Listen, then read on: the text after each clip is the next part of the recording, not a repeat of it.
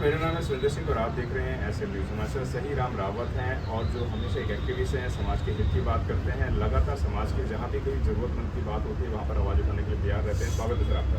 जी नमस्कार। जी, हमारे साथ राम नायक मलिक भी हैं, फौजी जनता पार्टी से हैं, जो हम हमेशा समाज के लिए ही कार्य करते रहते हैं।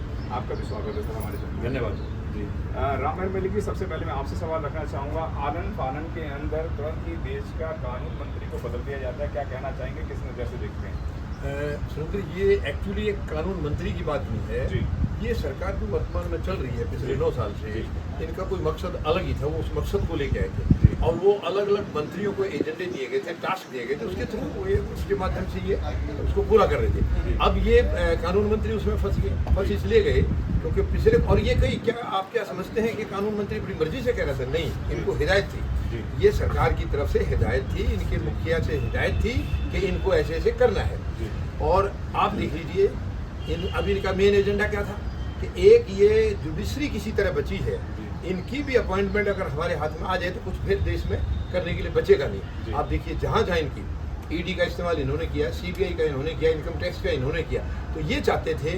अब ये वर्तमान में जो सीबीआई साहब हैं, चंद्रचूड़ साहब हैं, मैं किसी पुरानों के ऊपर कुछ नहीं कह रहा हूँ कि कोई कौन गलत थे या ठीक, वो नहीं कह रहा हूँ, लेकिन हर एक इंसान का अपना अपना ज़मीर होता है, अपना अपना काम करने का तरीका होता है। इनका तरीका ये है कि ये बिल्कुल झुकने के लिए तैयार नहीं है। कुछ भी किसी भी हालत में गलत का ये साथ देने वाले नहीं है, जो कि इनको हमने इनका पिछले भी इतिहास देखा है। और अब ये सरकार जो अपने एजेंडे गलत तरीके से फैला रही थी, चारों तरफ लागू कर रही थी पिछले 9 साल में, उसमें रुकावट आ गई है मुख्य न्यायाधीश महोदय की वजह से वर्तमान में।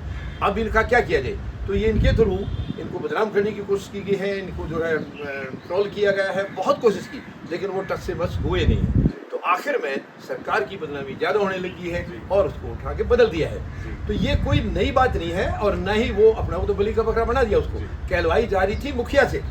वर्तमान देश के मुखिया जो हैं, प्रधानमंत्री महोदय, ये सारे वहीं से हिदायतें आ रही हैं। इनकी मंत्रियों की कोई औकात है अपनी मर्जी से कुछ कह दे? आज मैं कहता हूँ जो कैबिनेट है वर्तमान सरकार में 9 साल से, ये कैबिनेट बेकार में रखी है। अगर सभी मंत्रियों को हटा दें तो बहुत सारा खर्चा बचेगा, क्योंकि काम तो एक हमारे मुखिया कर रहे हैं। सरकार के जो मुखिया प्रधानमंत्री महोदय हैं, काम तो वो अकेले कर रहे हैं। तो मुझे नहीं लगता कि इनकी जरूरत थी। इनके मोहरे बना करके इस्तेमाल किया जा रहा था।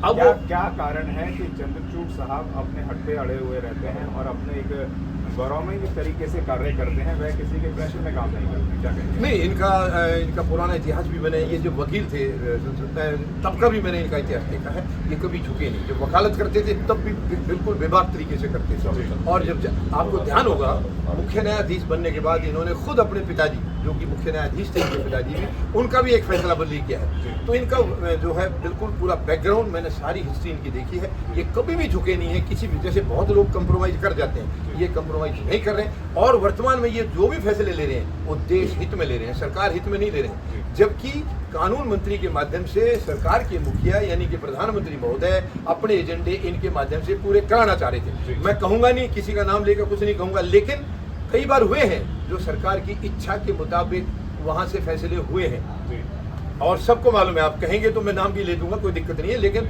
ऐसे हुए हैं। वर्तमान में नहीं हो पा रहा है इनका, और यही वजह थी। अब देखिए वो क्या कहते हैं कि हम चुनी हुई सरकार है। मैं तो नहीं मानता ये चुनी हुई सरकार है।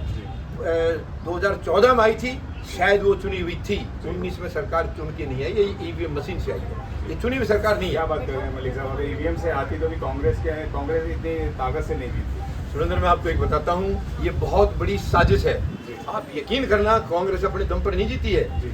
कांग्रेस इसलिए जीती है क्योंकि इन्होंने ईवीएम का इस्तेमाल वहाँ नहीं किया। क्यों नहीं किया? ताकि 2024 के लिए रास्ता साफ हो जाए और एक संदेश देश में दिया जाए कि ईवीएम में खराबी होती तो यहाँ बीजेपी जीतती, कांग्रेस क्यों जीती।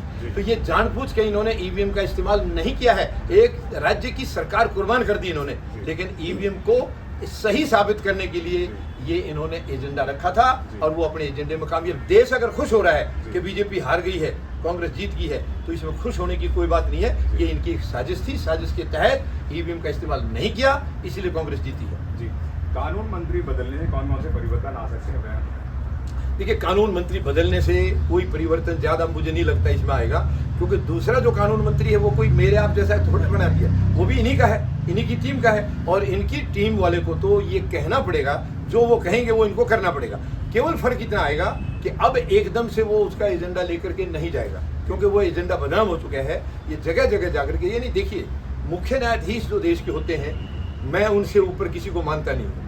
बेशक प्रथम सिटीजन हमारे राष्ट्रपति महोदय या महोदय हैं, लेकिन जहाँ तक लीगल चीज़ का है, जुडिशरी का सवाल है, मुख्य न्यायाधीश से ऊपर कोई पद नहीं हो। और कई चीज़ें जो अंधेरे में चल रहे थे अभी तक, वो इन्होंने बंद कर दिए, सारे रास्ते बंद कर दिए। अब सरकार को 24 का रास्ता बहुत मुश्किल नज़र आ रहा है। और ये भी मालूम है, मैं आपको ये बता देता हूँ एडवांस में, इस सरकार को ये पता है ईवीएम मशीन को बंद करने का कुछ ना कुछ काम चलेगा इस 10-11 महीने के अंदर। तो ये अपने आप को ये साबित करने के लिए कोशिश कर रहे हैं कि ईवीएम बिल्कुल सही है। देखो हम कर्नाटका में कितनी बुरी तरह से आ रहे हैं, ये साजिश है। और ईवीएम को तो हम हटवा के रहेंगे। मैं आपको ये दावे के साथ कह सकता हूँ 2024 के चुनाव में, आम चुनाव में ईवीएम मशीन से चुनाव नहीं होंगे। हमें पूरा भरोसा है मुख्य न्यायाधीश महोदय पर। हम इनके सामने बहुत सारी पहले भी पेंडिंग है, लेकिन हम लेके जाएंगे बड़ी मजबूती से और मशीन को हम हटवा के रहेंगे। अब ये ईवीएम आगे नहीं चलेगी।